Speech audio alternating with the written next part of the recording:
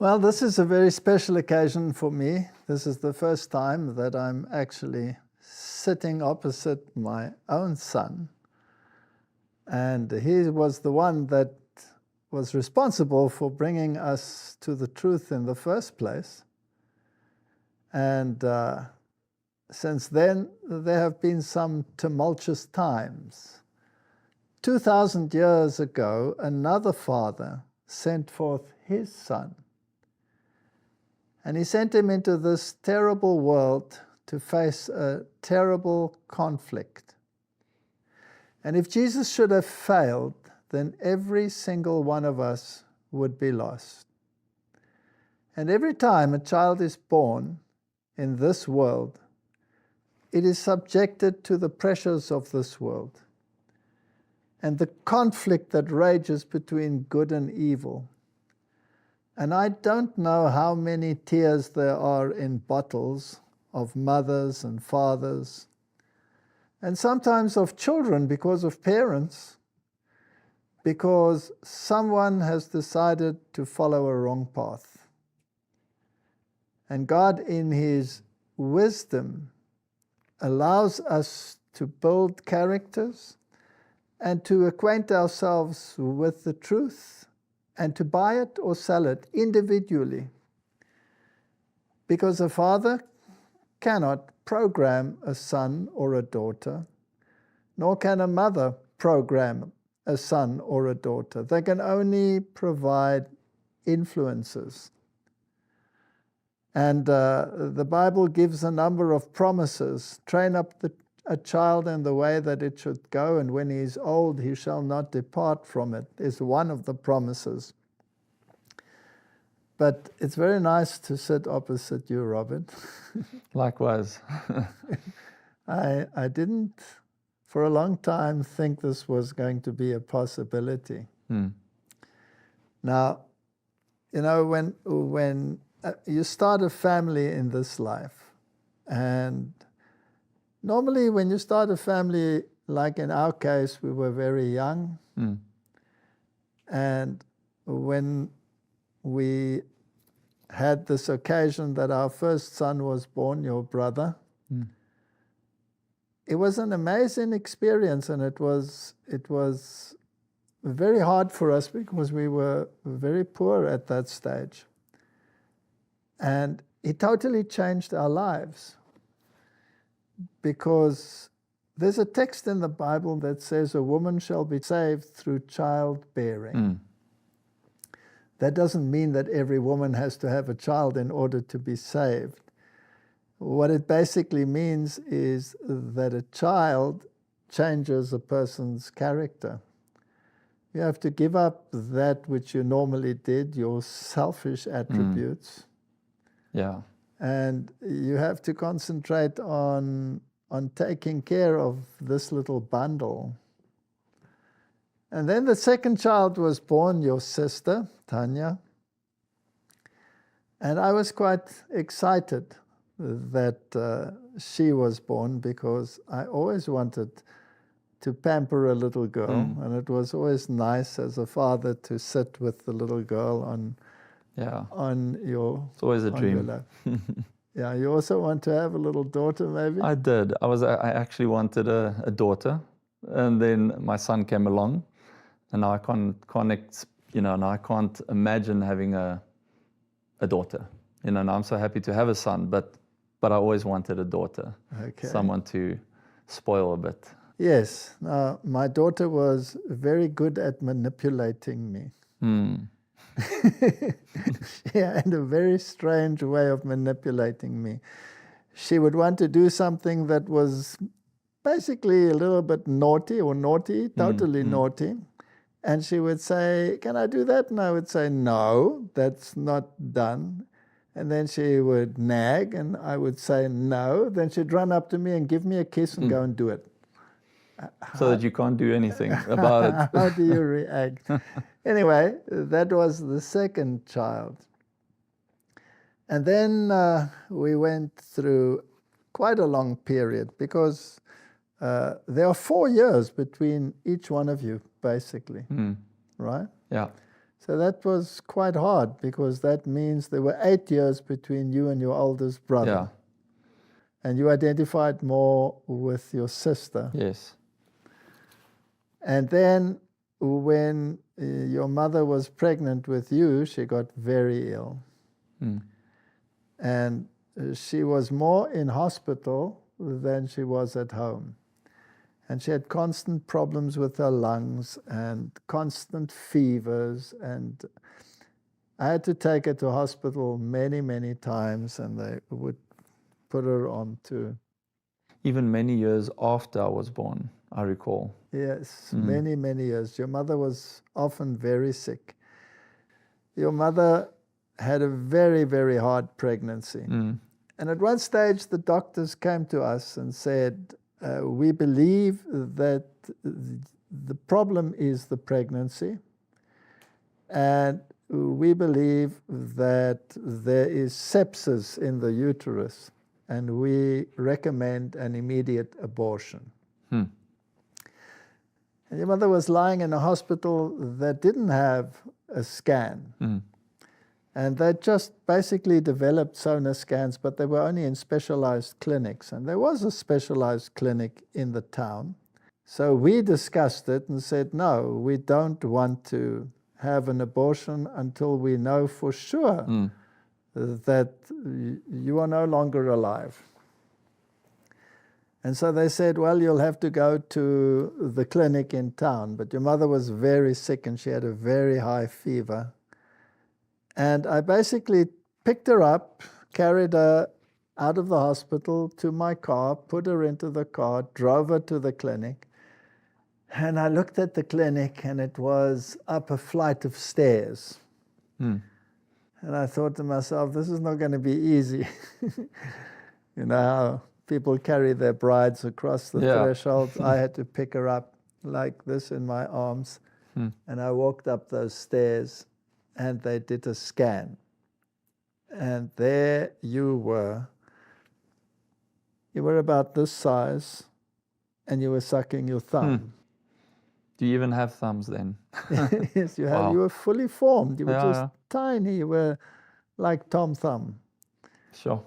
And we looked at it, your mother and I, and there was no way we would allow an abortion. And so she struggled through that pregnancy, and eventually you were born. Why did they say or my mom needs to get an abortion? Because they thought the fetus was actually not alive.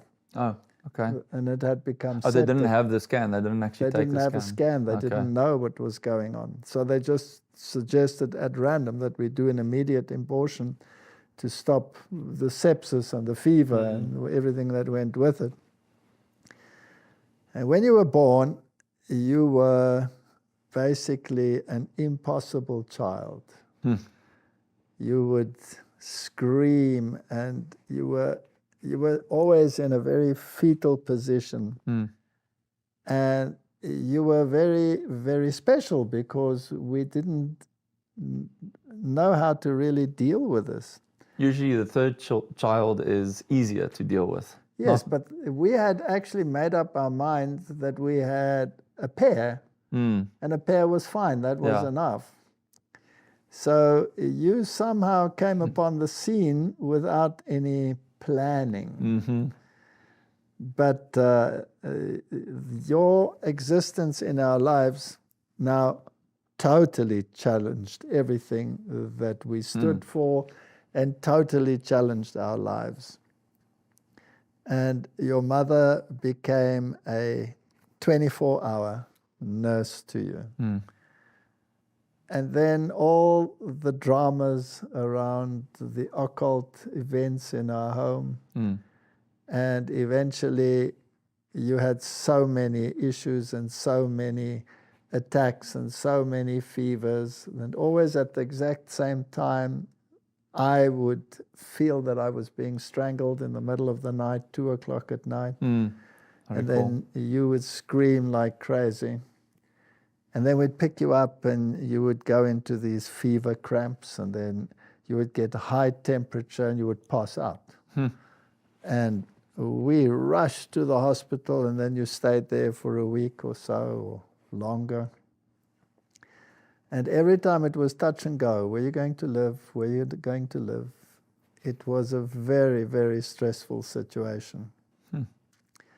And eventually we sought help because we thought there was something supernatural happening in our house. And you weren't in the faith that you are in now at that time? No, I was an atheist. Yeah. I didn't believe anything. And so, well, the story is a long story, and I don't want to tell our conversion story. This is about you, and you knew nothing about that, right? No. Nothing.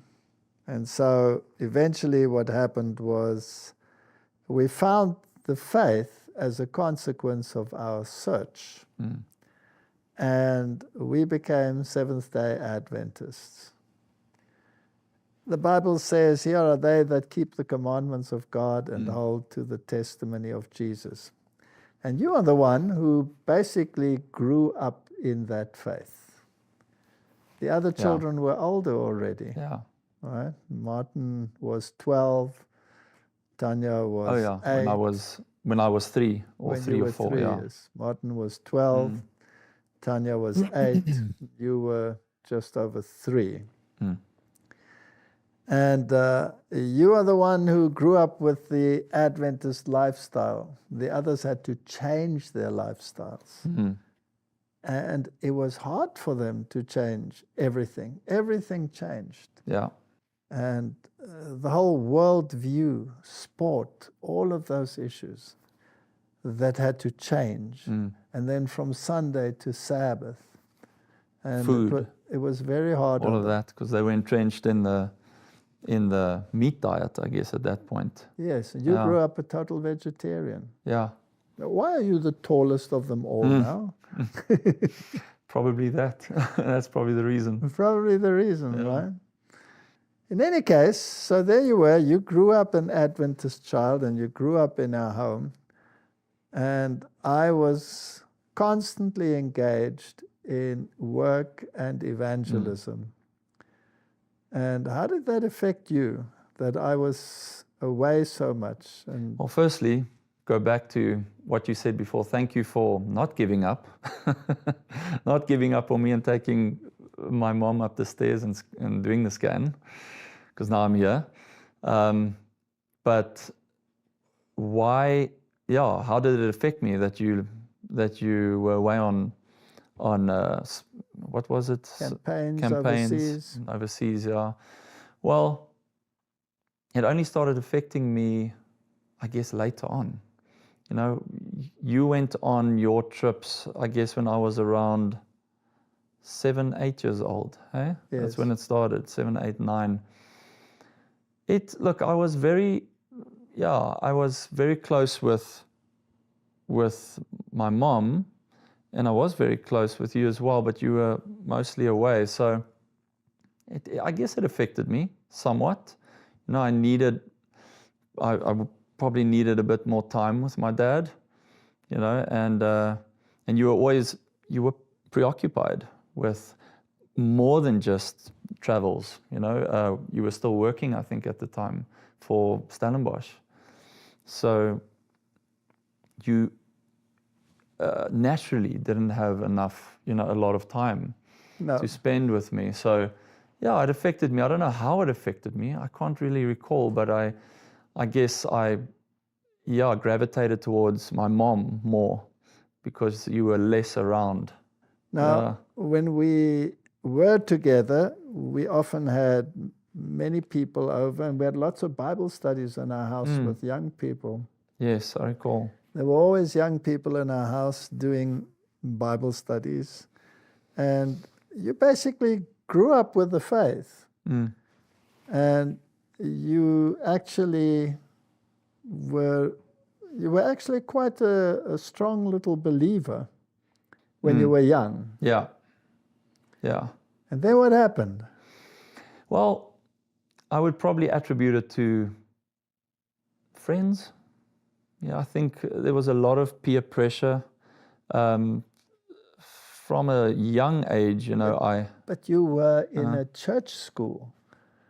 I was in a church school, but Now, what is that but?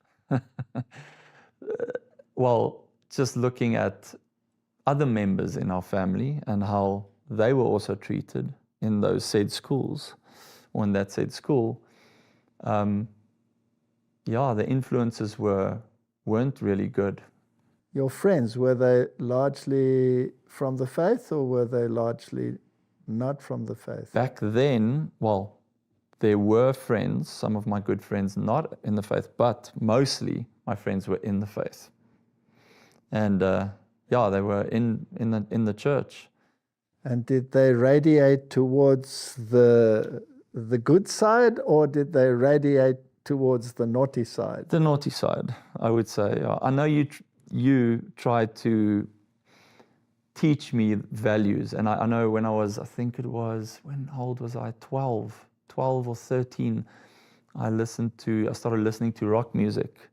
And that was also my friends made me the tapes. It was tapes back then. And you weren't very happy about that because it obviously, it affects the mind. And your I wasn't happy when you threw my tapes away, I must say. I threw your tapes away. No, I wasn't happy. Now, I remember that your older brother also went into music, and he started playing the guitar. Yeah. And he started playing very heavy rock kind of music. Back then, I think it was AC/DC. And yeah. Yes, and we had some books about rock music. Mm. And we tried everything to convince you guys that this was not the right way to go. Mm. And we gave him the books to read. Now, the interesting thing is, these books were supposed to expose the evil. Mm. But it brought out the... Yes. So everything that was evil was explained in there. And instead of turning to the good, it actually encouraged them, yeah. Encouraged them to go and become even worse. Yeah. And then you also went into that lifestyle. Initially, when I was about 9 years old, I know he listened to bad music, and it was a fear factor for me back then. It actually scared me, the tones and the music and the voices. But I remember when we moved, maybe jumping ahead, but when we moved to our next house, the house after that, my friends from church, they teased me because I wasn't listening to the popular music at that time. And that was Def Leppard and Bon Jovi and all those old bands. And that I guess that hurt me in some way because, I felt left out. So I started listening to the music again, behind your back, and that actually had a big influence on me, the music. And then you also started playing the guitar. Yeah, I started in grade 8. Grade 8, I missed grade 8. In grade 9, I wanted to start playing, and the teacher said, you can't actually start now. And I said, please, let me start. And I showed him I could play. He said, you don't play so well, but okay, we'll take you on, in grade, grade 9? No? Yes, grade 9. And I started playing, and I played, and I practiced a lot because I started gravitating towards music and the feelings that it, gave you and all of that. And I started playing, yeah. And and you became quite a good guitarist, and later you played for a band. Played for a band, yes. And the music was always of the best, right? It was the best music you can find. It wasn't the best. It was, I went in sequences. So I started in punk music. It's softer music. It's not hard rock or anything. And we played that type of music in the band. And I was selected the singer and the rhythm guitarist. So, I started listening to more music, and then it went a bit heavier, bit of harder rock, bit of screaming and all of that. We started playing that in the band. And at that point, my my band members weren't in there was one of my friends, he was in the band, he was from the church, from our church in the faith, and the other two weren't. And we started obviously spending more time with them, and at the band practice, girls started joining and watching us play, and we used to act like the punk bands out there, and they used to do very interesting things, like jackass type of stuff, where you sit in a cart and you drive off a hill and you fall and you hurt each other. Stupid things that you hurt yourself, and you just became, and the regard for people became less because we used to, hurt other people as well. How old were you then? I was around 17, I think it was. I think you bought me the electric guitar. I bought you an electric guitar? I think you did, yeah. It must have been after... Or it was my mom, I can't remember, but it was a red, I think I still have it.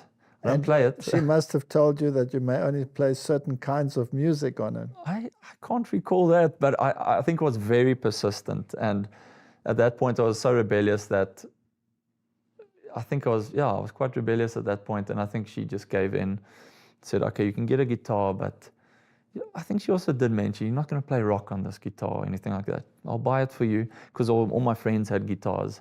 And I guess it also permeates to my parents in some degree. It's not always easy with a nagging kid. All right. So tell me, did you at that stage know that you were doing wrong and knew what was the truth and just didn't care, or what happened?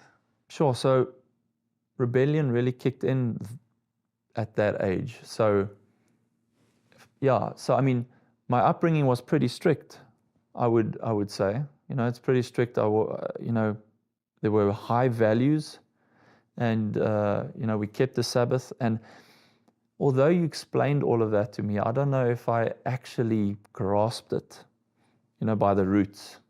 Don't know if I actually did. So that caused rebellion, because I actually wanted to experience life. Yeah. And we were trying to bring these values across all the time, and trying to say to you that, we have to be faithful to God. And when you look into the Bible, you have so many examples of parents speaking to their children, or King David speaking to Solomon. Yes. And God himself speaking to Solomon. And, God might not speak to you in an audible voice, but he speaks to you in that still small voice, which is called conscience. And you knew the truth, you knew the right way, but you hadn't bought it and made it your own, right? No. I was spiraling at that point. I think I was too curious, because I came out of that type of environment. Isolated environment. You wanted to investigate for yourself? Yeah, and I wasn't even at the tip of the foot of the mountain yet in terms of experiencing what is out there, because I haven't. I mean, even my friends. Or this is now I made a lot of worldly friends at that point, and they at 16 they were allowed to drink at home, under supervision. So I occasionally went and, maybe had one or two, or, just experienced it with them. So I started feeling that the way I was treated at home was perhaps too harsh. Too strict. Too strict, yeah. I remember that we, of course, were the very first ones almost that were totally vegan, vegetarian. And I realized that put a lot of peer pressure on all of you. That was, and the friends and the neighbors, they were in the church, but they were all eating the way the rest of the world eats in terms of meat consumption. Correct. And I remember the first time they convinced you that this diet was a load of nonsense, and you ate a piece of chicken. Can you remember that? Okay, yes. So those are two occasions. So that was with a friend outside of the church. So I went to visit his house, and he made me a sandwich, and I saw chicken on the sandwich, and I said, I don't really eat this. I've never eaten this before. He said, try it, it's great. And I was 16, I think I was in school still. And I ate a piece. Well, I ate the whole sandwich, and it tasted interesting. It wasn't great, but you're referring to what happened after that. Yes. I'm assuming. You got home and your whole body just burst into urticaria. You had all Hives, of eh? Hives, yes. All of these bumps on you. Sure. And you got the fright of your life. Yeah, I did. And I was I dying. asked you, what did you eat? And you said that you ate chicken. And I don't think I was as sympathetic. No, I think you laughed. I laughed. Or- I said, well, that serves you right. Strict laughed or something, yeah. Okay. And then the next occasion, it happened where?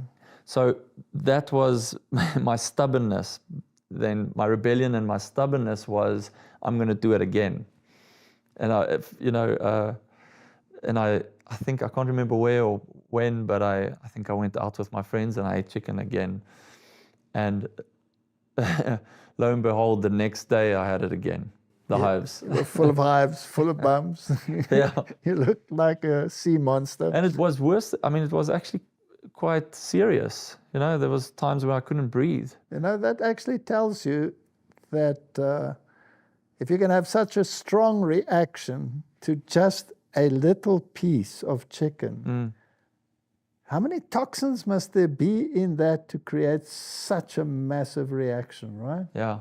I mean, could it happen other way around? If you hadn't eaten fruit, for instance, and you now eat fruit, could that happen as well? Unlikely. Well, actually, in a way it did, because you get what you call a healing crisis. Oh, yeah. We were all big meat eaters before, which switched to a vegetarian diet. And it's a shock yes, to the body. Your body for the first time gets an opportunity to throw out toxins. And I actually got very sick. I got very high fevers, and the whole skin on my back just came off. And thereafter, I was a different person. I felt so much better than I'd ever felt. And you were going through the reverse process. You were going from a healthy lifestyle to a bad lifestyle. Yeah. And then, Robert, something dramatic happened when you were 19 years old. Yes. You were in this rebellious stage. Your mother's knees were totally destroyed. My knees were totally shot, because when God gives you rebellious children, then He makes sure that you have knees so that you can stay on them and beg God to help you in these situations. Yeah. You know the truth, and they just don't want to buy the truth. Off they go. It is the most heart-rending situation that you can have. Yeah, I was actually in a mess at that point, because I studied at 18U, and my mom also left. I think you went overseas, and I stayed with my brother for a year. And I went to college in Northling College. And when I failed, I think I failed my second year. I didn't finish the second year, got a certificate, came back home. You were home, or both of you were home. And then I just sat at home and I did nothing.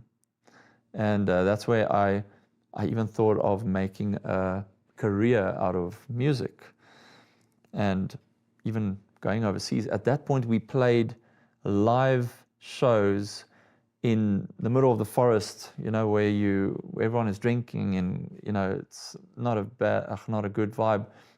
And at that point, you gave me the ultimatum, I think, when I was 18, 19, that I need to study something real or find a place. you gave me that. Well, you had to at that point. I completely agree that that was the right thing to do. But yeah, so back to your question, when we were band practicing, I was 19, and at that point we were quite deep into the Heavy music. heavy music. Yeah, I was at that point, screaming, and we had, I was the lead singer, and we had a bit of popularity, I guess, a little bit. Anyway, so it was that one evening we were band practicing, I think, for a show, and a lot of people were watching, and I was performing, obviously, going overboard, and I was jumping up and down, and I was screaming, and my voice was, sore from all the screaming, and something must have happened inside, in my heart, and I just felt really something wasn't right, and I was tired, and I was looking at everyone, and everything was sort of dimmed, and I said to them, guys, let's go home. And I was the driver for all of them, for the four of us. I took them all home with this. I could feel my heart. So at that point, at the band practice still, I felt my heart going out of beat, out of sync. And I mentioned it to my friends that I felt exhausted and fatigued.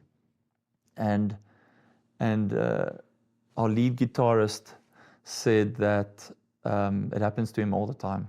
It's nothing to be worried about. So I said, that's fine, but I still felt, I said, guys, let's go, because something isn't right. And they said, okay, well, let's go. And I took them home. I remember I probably drove about 15, 20 kilometers. And then I got home, and I was in a bit of a state. And I remember seeing you, and my mom was, I think, in the room, and both of you came because I said something isn't right, and I think you said, go take a shower, or my mom said, go take a shower. All right, I'll tell you what happened, because you probably can't remember Yeah, I can't remember everything. all the details. What happened was you came home and you said you're not feeling well, and you were panicky about it. And you had an arrhythmia. And I said to you, take a shower, you'll feel better.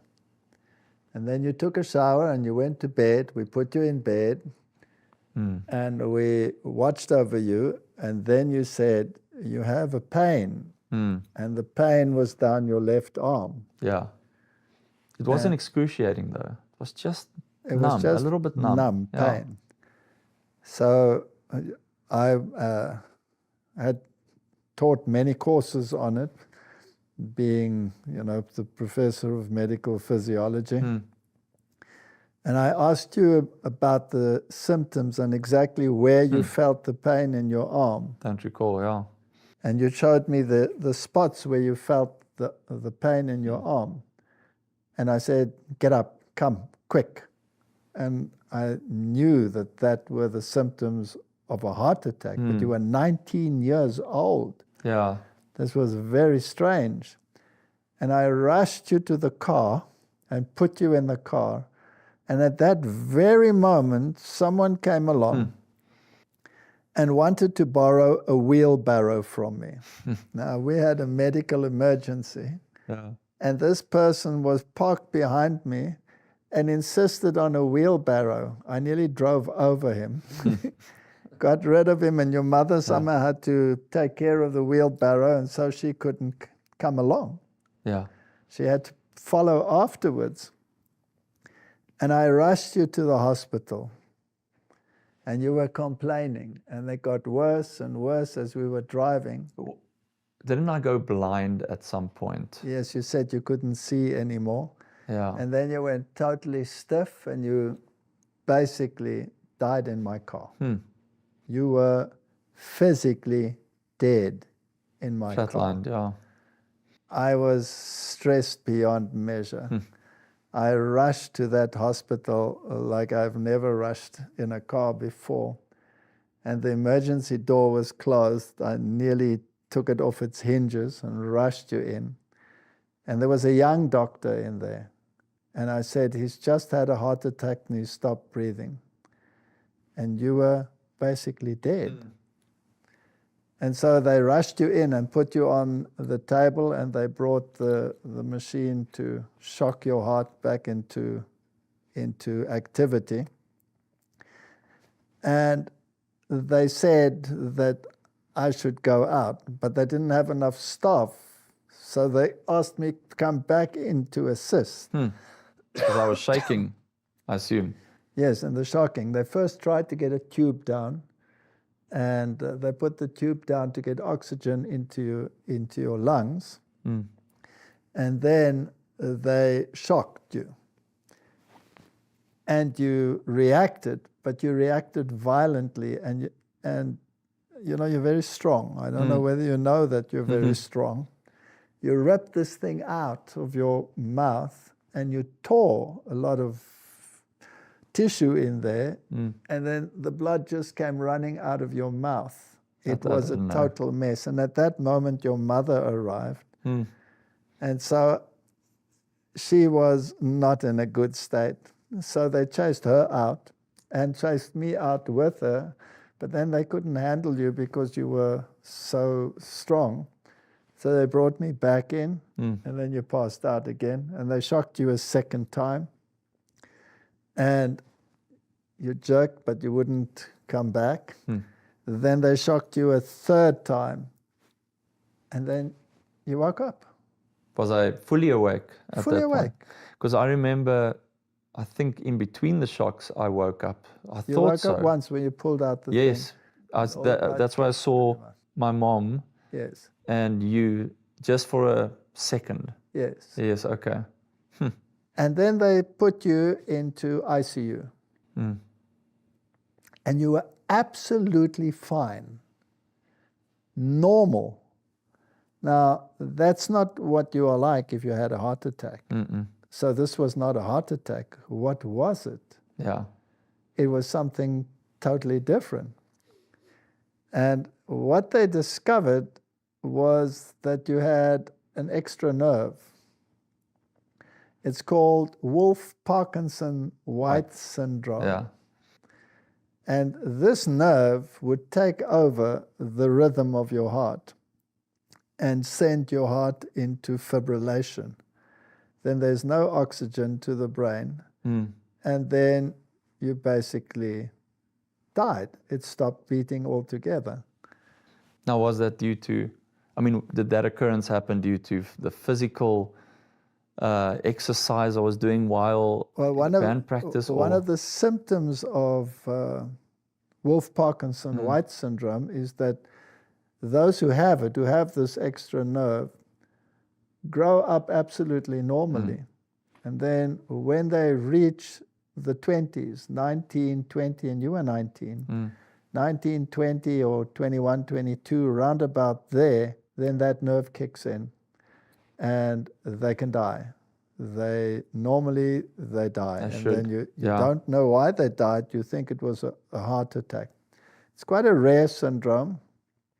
It's not a genetic defect, as it were. It's just an extra nerve in the heart. So when they discovered that, they had to find an electrocardiologist who could treat that syndrome. But there were only 2 in the country, and both of them were on a congress in the United States. Oh, I remember, yeah. Yes, so they weren't there. So now what? They were only coming back in a week. And so the hospital said that we must take you home. Yeah. And we must monitor you 24/7. And at the slightest chance of arrhythmia, we would have to rush you into the hospital in case they had to defibrillate you again. And so we made a bed next to our bed, and you slept next to me. Remember that? I do. And every 5 minutes in the night, I would look, and it reminded me when you were a baby. And, you know, in circumstances like that, you pray like crazy. And you were not in a good place. You were doing everything that was wrong. I know that when you are in that band situation, then the drink comes in, and then the drugs come in, and I don't want to go into all the details, but you were a naughty boy. Yeah, I was. I want to read you a verse that sustained us. It's in Isaiah chapter 49. And it's verse 24 and 25. And your mother and I claimed this promise so many times. Shall the prey be taken from the mighty, or the lawful captive delivered? But thus says the Lord, even the captives of the mighty shall be taken away, and the prey of the terrible shall be delivered. For I will contend with him that contends with thee, and I will save thy children. So to all those parents who write to us so regularly, and all those parents out there that are desperate and want to give up when their children go astray, God has ways and means to bring them back. Now, this was a very bad occasion. I mean, you can't imagine much worse happening. Yeah. And then for that 1 week, we watched you 24/7. And finally, that specialist arrived from overseas, and that appointment was made at the heart clinic, and you went in for that operation. It's an 8-hour operation. It was a very tricky operation, It's a very tricky operation. They go in through the groin. Yeah, the vena cava and the aorta. Yes, they go up into the heart. Then they have to go through the heart chamber chambers, to the other heart chamber. And then they have to go down, and they have to find that nerve in the ventricle or wherever it is. And they found that nerve. Then they put a probe all through those veins. They put it into that nerve, and they test the nerve. In other words, they stimulate the nerve to see what it does.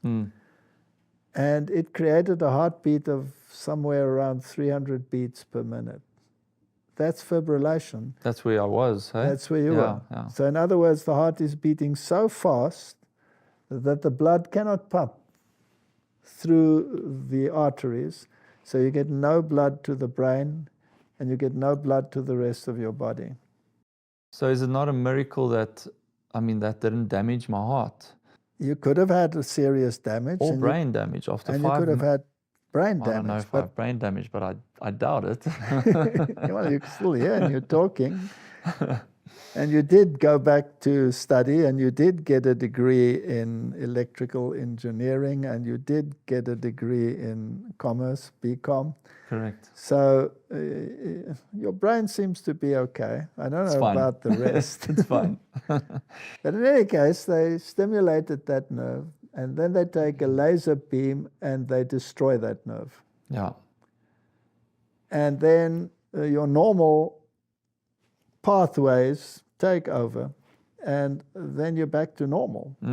So basically after that, they must have, when they burn that nerve, it puts some pressure on the heart. Yeah. And it takes time to recover, but otherwise you're perfectly normal after that. With the life that I lived after that, which wasn't a good life, there was a lot of anxiety, you know.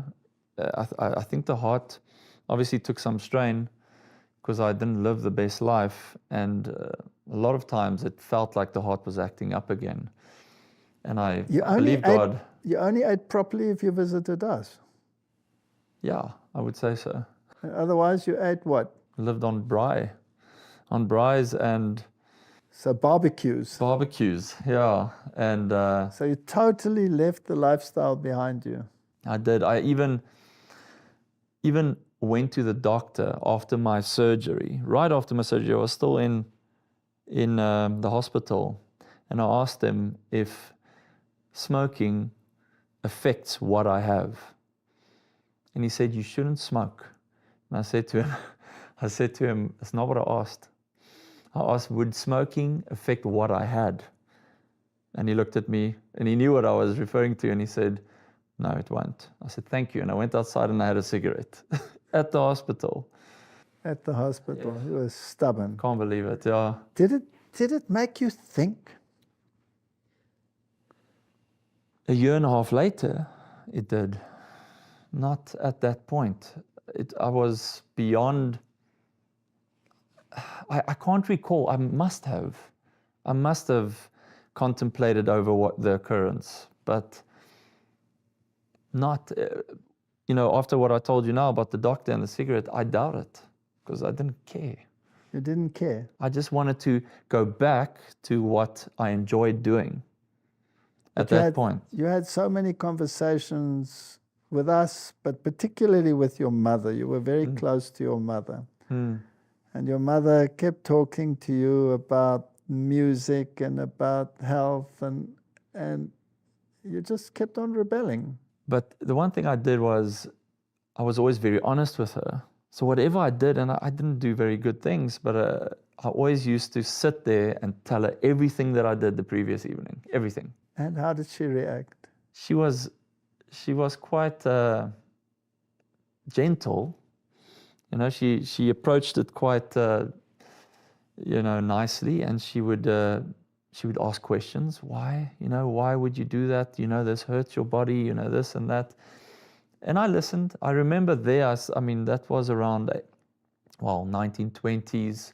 Probably one of my worst times was between 19 and 23, 24. So that's the area. But yeah, she was very forgiving and very helpful. She wanted to help, but she wasn't forceful. She wasn't. She reprimanded in a nice way. Yeah. And I wasn't quite so kind. Or no, I wouldn't tell you what I did the previous evening, or you wouldn't tell me. No. Okay. It wasn't. Yeah. I mean, you had a way of. She would give me a filtered version. Yeah. Oh, is that so? Yes. Okay. She would give me the filtered version because she wanted to protect you, and but both ways. Protect me from heavy reprimand, but also from what I did. Yes, and so she gave me enough that I would be forced back onto my knees. But not enough for me to get all hyped up about it. But how was that difficult for you at that point, at that age, where you can't forcibly, remove certain things in my life or prohibit me from doing things? What I realized is you can know the truth. You can live the truth. You can be concerned for others, but there's a particular bond with your own family, and it's a terrible dichotomy going on in your head if your own children know the truth but refuse to live it. And life is so unpredictable. You were nearly dead. In fact, you died in my car.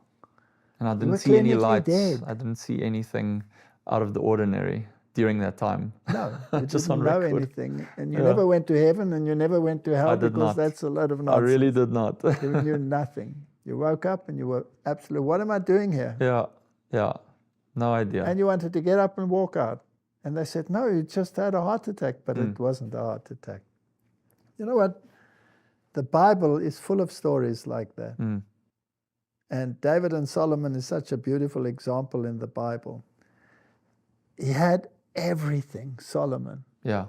He had the whole truth. He was talking to God on a one-to-one basis. He was... Yeah, he was the wisest. He was the wisest of them all. It was just amazing. And look what happened to him. And when it comes to the conclusion of the matter, it is fear God and keep his commandments. This is the whole duty of man. Yeah. So you knew all of those things, but you wouldn't come back. And here's the one that brought us into the truth, and he's in the world. Now, your older brother, Martin, he also went into the world. took a different course, but it was different. the rebellion as well. Yes. Yeah. And he's also highly educated and a medical doctor today and all of these things. And he does know the truth and everything that is involved with it. But to actually embrace it in its entirety, or just knowing it and being involved with it, is a big, big difference. Yeah. And there you were, and you were going through this rebellious stage. And how many years did it last? Lasted, so I was baptized at the age of 21. Yes, I remember. Who baptized you? It was a grumpy old man. Are you referring to me as a grumpy old man? I'm just kidding, but yes, you baptized me. Okay, now how do you think I felt knowing that you were so rebellious, and here you come to the point where you said you want to be baptized? The prodigal son comes to mind at that point. You were a prodigal son that came home. Yeah. But you only stayed a short while and you made a U-turn and you went back. Yeah. Why? Again, my friends, my whole life, with you traveling, and it's not your fault or my mom's fault, but I was alone. I was living in Somerset West. I was studying. We didn't have a lot of money. I mean, I got a allowance to pay bills and, certain things. I think you still paid for my rent and all of that, and I got a certain payment. But in this country of ours, it's pretty normal for young people who are at university age to be separated from your family. Your mother had to leave home when she was 17, and she was basically dumped into the world. Yeah. So in this milieu, when you reach that age, off you go. You go to a university, sometimes you go to hostels. Yeah. And we arranged that you could stay with very faithful people at that stage. And you had your own little flat, and we supported you. But yes, you had the opportunity to work with the church people, but you chose the others, right? I did. But keeping in mind, I only started, rebelling at the age of really 18. And the band aside, I mean, that was a side thing. It wasn't real rebellion. It was 18 and 19, I had my heart attack, and 20, I started experimenting, and 21, I said, I need to stop this. I need to, I knew what the truth was, and Did you pray? I didn't pray as earnestly as I do now. I didn't have that connection. I thought it was what I had was actually a very superficial type of faith at that point. And my friends from church, they were also baptized, but we all were in the same clique, and this clique, my church friends, we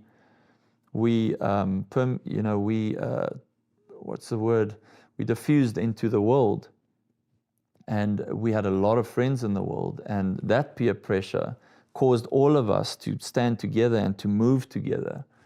So for me to fall out of my church friends and then lose my worldly friends was too much to bear, I guess. So I remember after getting baptized, one of my friends, Jeremy Sturley, actually, we went and we conducted Bible studies for our friends in the world. Real Bible studies. We had them noted, and we had markers everywhere in the Bible, and we used to go from from paragraph to paragraph and from book to book, and we gave thorough Bible studies. And then after that, it didn't settle. It never settled, I guess is what happened. And I remember my mom came to visit. She visited when she could, and I still said to her, listen, I'm going out with my friends. I'm not going to do anything. I'm not going to drink. I'm not going to,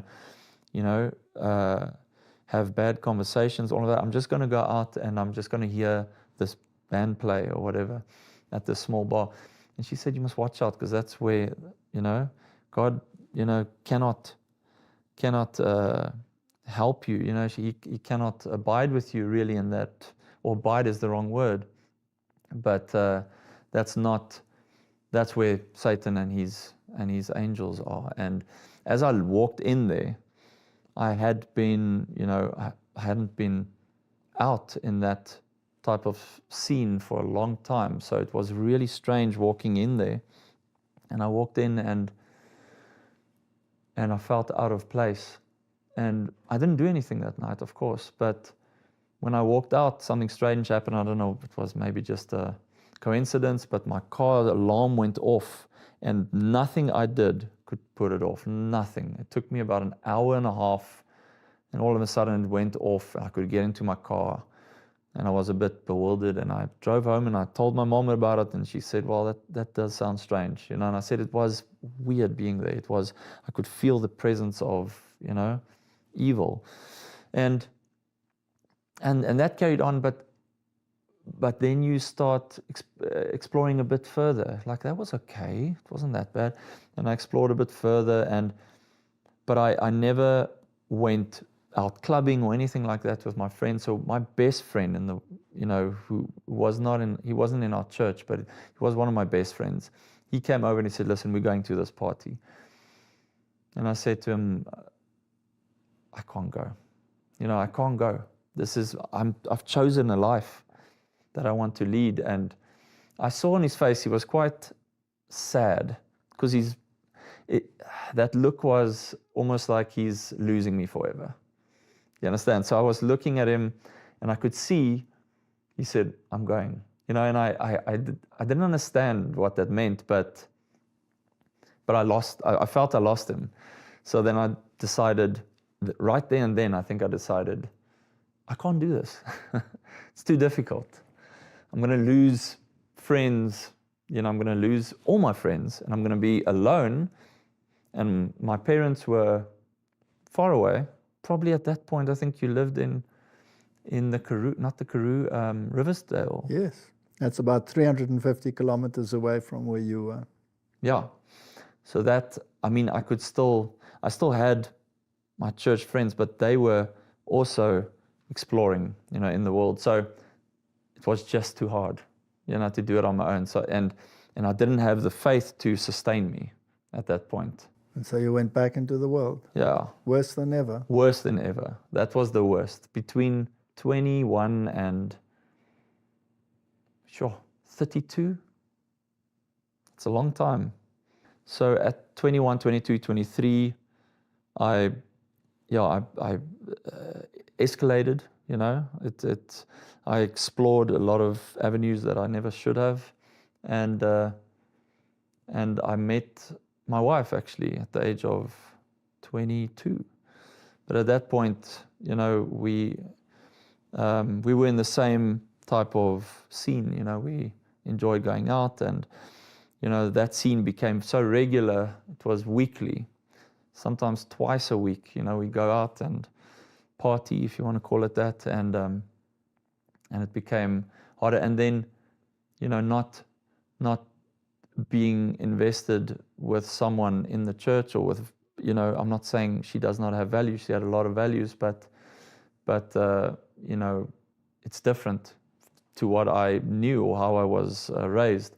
So we walked that path, and I loved it, a lot, and I still do, but we walked that path, and then at the age of 30, it was myself and my wife and her sister. We drove to a party. We were living in Stellenbosch back then, and it was now 9 years ago. We went to a party, and we had a few drinks, nothing special, but we drove back, and it was raining, and my sister-in-law, she was driving, and she just moved she just went off the road because it was raining and it was difficult to see, and she pulled it back, and the whole car wobbled, and she couldn't secure the steering wheel, and she was making her way towards a wall. There was a wall on the side of the road, but it was quite a high piece of curb, and I pulled it back so that we won't hit it at 110 kilometers per hour. So we rolled the car, and that was intense. I still remember falling. It rolled on my side first, and we rolled more than 5-6 times, and we hit the barrier, and we rolled on top of the barrier, and it was on the roof, and they were unscathed. They nothing happened to them. They maybe a few marks here and there, but they got out of the car. They crawled out, and I was stuck inside. And at that point, Didn't your foot go right through the windscreen? Yes, somehow my foot went out the windscreen and it got stuck. So I couldn't get out. It got stuck. The whole weight of the car was on my foot. So yeah, I didn't pray or any of that. I wasn't in that mindset at all. That whole decade was a disaster, I guess, if you look at it from that point. But I got out. I had a few bruises and I had torn ligaments, and I didn't break anything. But the point is that at that point, I was so deep entrenched, and I lost my job. I wasn't fired, but I was retrenched from Mixit, the social media platform, and I was depressed. And I spoke to you a lot, and to my mom a lot, to my parents, and at that point again, I decided maybe, this is too tough. I need to get back to God. And so that's my second time when I decided. And I started reading, and I started watching videos, and I got teased a lot. And I just shaked it off, but I got teased a lot, and even by family, not direct blood family, but yeah. And then again, it was just too much pressure. We had so many friends, 40, 50 friends, where we, and I had at that point, almost a wife as well. I'm still dating her, obviously. And I struggled. And it was more like an exploration, but I kept it at arm's length, the faith. And because I didn't jump in, because I didn't go all the way, Satan pulled me away again. And then you got married? Then I got married at 32, yes. And then your son was born? He was born at 35, when I was 35. I think that's exactly the same age you were when I was born. You're right. So you were 35 years old. Yeah. You were living in the world. You were doing all of this music in bands and all of these things, living a wrong lifestyle, and then your son was born.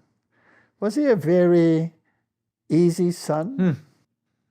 He was a different kettle of fish.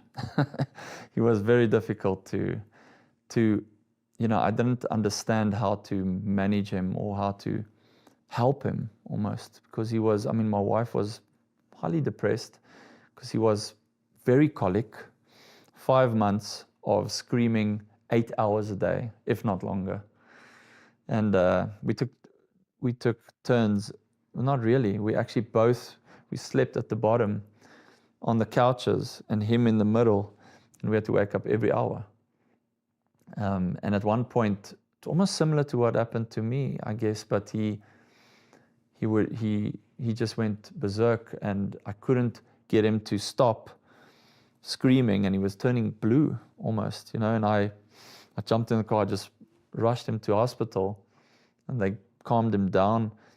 And I thought, I don't want to live this type of life almost. I didn't treat him like a dad should be treating him.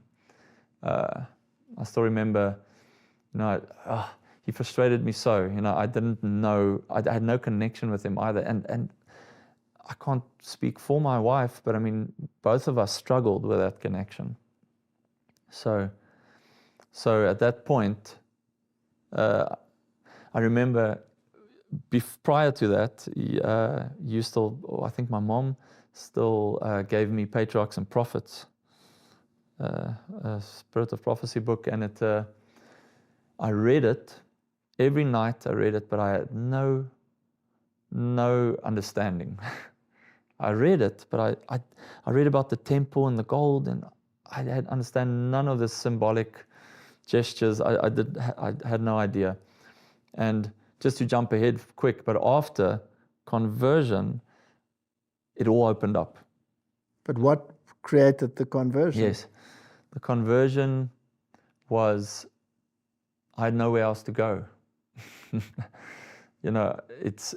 It's either I go to God, or it's either I run away from my family, so to speak, or I find a solution.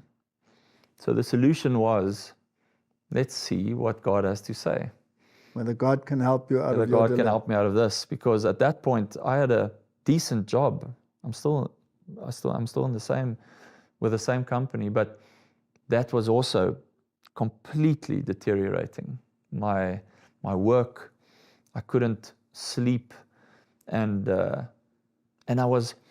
because I've lived this life, I was heavily impatient. I couldn't deal with this kid. I just wanted to get him out of the way, and I didn't want to actually feel like that. I wanted to help him. So I thought, maybe from everything that I've learned over the years, from you and from my mom and from the church, I guess, and from just being embedded growing up, I decided somehow this has to work. So I went on my knees and I said, okay, I'll give you my life if you help me. Yeah. And maybe a few days after that, it felt like a burden was lifted. And I tried understanding it, and I think I spoke to you about it a bit. And interestingly enough, through the years, during that time, I think 2015, you actually phoned me and told me about events happening, the Laudato Si and the encyclical and all of that. And I was semi-interested, keen to hear it. I was okay. I wasn't completely rebellious, in that period. I still, in my inebriated state at times, I would preach to my friends and they would enjoy it because I was in the same bubble. You were still in the same bubble, but you were climbing out of it. Yeah, they listened, and it was interesting, but obviously it faded because that's not how you preach the gospel. But yeah, so at that point, when I spoke to you again, then because I gave my life to God, things started making sense, and this was interesting, and it was scary, but it was also enlightening and interesting. So I decided to arm myself with knowledge, and that's what I did. Yeah. And now you're back to where you were when you were a child. Yes. You're eating like you ate, like you did before. Was it because we forced you, or because you discovered that this was the best way? Yeah, unfortunately, it's always, difficult to say this, but nothing, and you tried, and you said the right things, but nothing you said actually, got me into this life. It's something that only the Holy Spirit can do for me. So the only thing that converted you was not pressure from anybody. No. But a longing to find peace that you thought that you would only find with God. Mm. And then you discovered all the things that you basically knew but rejected. Yeah. But it exploded. It exploded and you accepted it all. Yeah, accepted it all. Yeah. And was it easy on your family, or did it make matters easier or make it worse? It made, well, I had an inner peace. So that's what kept me going. There were times when I said to myself and to God, I'm going to run again. Like I did in the past with the peer pressure. This was tough. I mean, my wife is a Christian, and she's a loving mother and wife, but my faith is different to all the others. I want to keep the commandments, but that's not the first step, and that's never how I experienced it, because I didn't keep the commandments while searching for Him. I searched for Him, and then as a result kept the commandments. So you didn't keep the commandments to stay on His good side? No, not at all. I was still smoking a cigarette while reading the Bible. And after a while, I was reading the Bible and the cigarette wasn't in the hand. So who changed you? God changed you. God changed me, yeah. So sometimes, no matter how much preaching you receive, it is something that is totally up to God. Yeah. To change. As Jesus said to Nicodemus, so the wind blows and you don't know where it comes from, you don't know where it goes. That's how it felt. Now, I'll tell you from my perspective, we prayed so much for you and claimed these promises that we find in the Bible. And we often said to God, this is the one who brought us into the church, so He stay behind. I don't want to go to heaven with any of my children not being there. You're all absolutely the same to me in terms of that. But there was this special relationship because of all that we went through with you. And was this one going to stay behind? It was very, very hard. Yeah. But we kept on praying. And I want to encourage people, don't give up. Don't ever give up. No matter how rebellious your child is, no matter what happens, just never, ever give up. Just keep on praying. And there was no direct influence on me. And if it's like father, like son today, because you believe exactly like I believe, I am so astounded that you should believe exactly like we believe. Not because of any indoctrination, because you refuse to accept it anyway. Yeah. But because God led you to it. Then you started reading the Bible and you started reading the spirit of prophecy, and it became food for you, right? I had to experience it for myself and argue certain points. And I remember you and I had points that we argued at times. And did Solomon go astray? He did. He went astray, right? Yeah. Did he come back? Yes. Yes, he came back. Yeah. In the nick of time. Yeah. Now, I believe that we are living very close to the end of all things. And I believe God wants to reach out to humanity with a mighty message and call them back. There isn't much time left. No. And this Sabbath, you gave many Bible studies and you gave many Sabbath school studies, but this will be the first time in your entire life that you'll actually be preaching a sermon. Is that right? That's correct. How do you feel about that? Initially, when I was asked to preach, I was very nervous because it's just another milestone. Bible study is not exactly, it's the same type of thing, but a sermon is something, that I've always aspired to, but I never thought that I would ever get there. And so it's a big honor to do that for God, to preach a message that is very important for this end time. Now, this little boy of yours, how old is he now? he's almost, well, he's 4. He's turning He's 4. 5 He's going in to April. turn 5, right? Mm, And he was a very complex little boy. very. Still. And now you have this absolute close relationship with him. Very, yeah.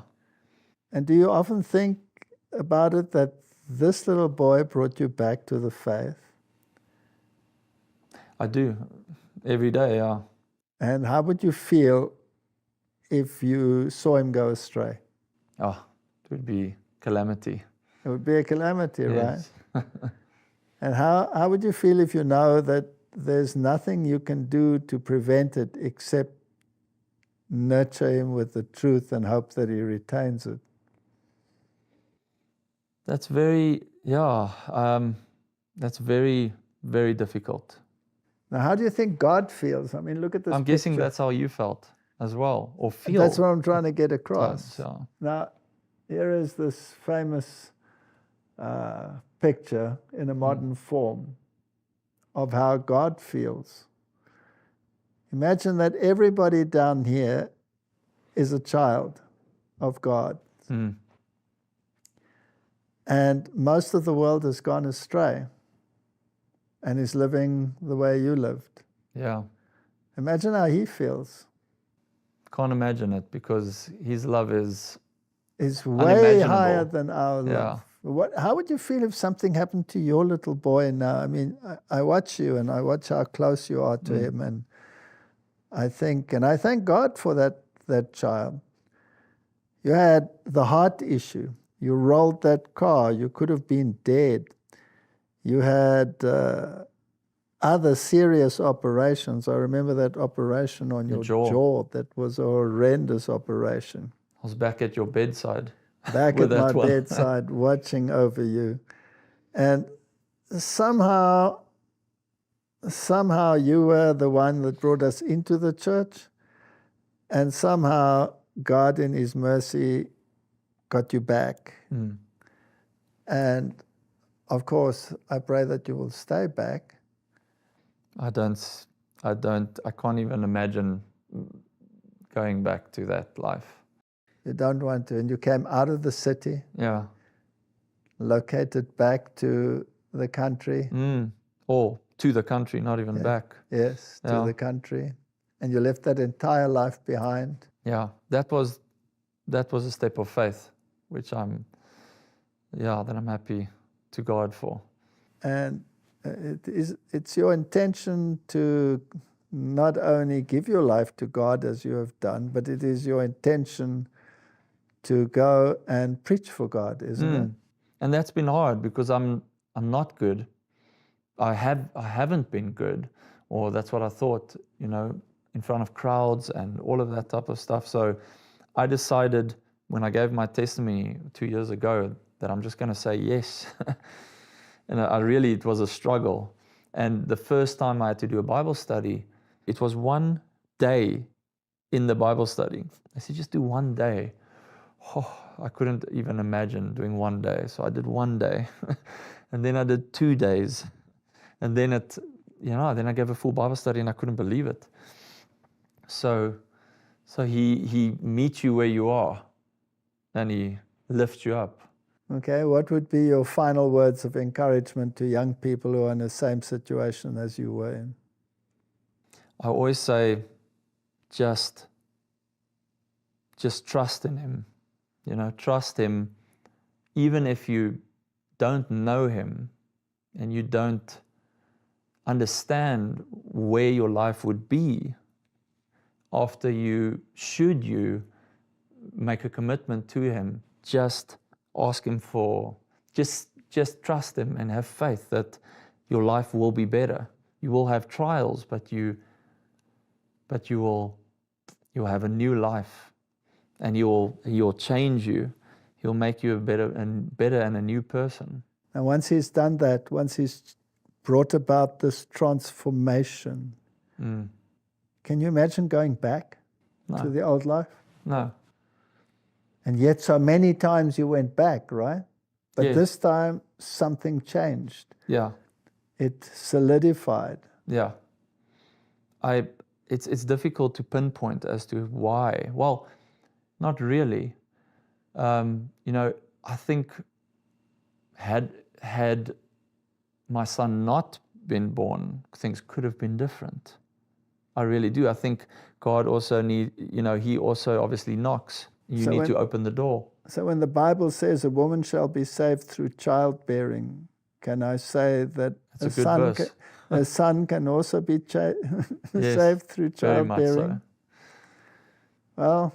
Well, Robert, I'm so grateful to God that you are sitting here today and believe, not because we drummed it into you, but because you discovered it again for yourself. Mm. And when you really asked for help, you realized that God is a God that keeps his promises. Yeah. And that means that he will keep his promises for the entire time that is ahead of us as well. Mm. And we're heading for tough times, right? We are. And may God use you in the future to bring truth to people. And may we never give up on our children. And may we never give up on humanity. Humanity is in the same boat that he was in. Humanity is often in a worse boat than he was in. But if we pray and we seek God, then he will help us. We'll deliver on his word. Robert, I believe that prayer brought you back to where you should be. And not because you have to now, but because you want to. Mm. And I'm grateful for all those prayers, because I know intercessory prayers are vital. It's powerful. Yes. So I would want to pray for you, for us, and for all parents and all children out there that are struggling with similar issues. Mm. Let's pray. Heavenly Father, you have told us that the road to heaven is a rocky road. It's not a broad highway. And it says, seek and you shall find. But it also says that few find it. And the reason why few find it is because they do not seek. And so often it is necessary for you to create circumstances in our lives so that we will seek. And if a heart issue doesn't work and a rolling car doesn't work and none of these things work, then sometimes you create situations that make us so desperate that we cry out to you. May many people in the desperate times that we live in cry out to you now. And it is my prayer, as it has been from the beginning, not only to save this son of mine for all eternity, but all my children.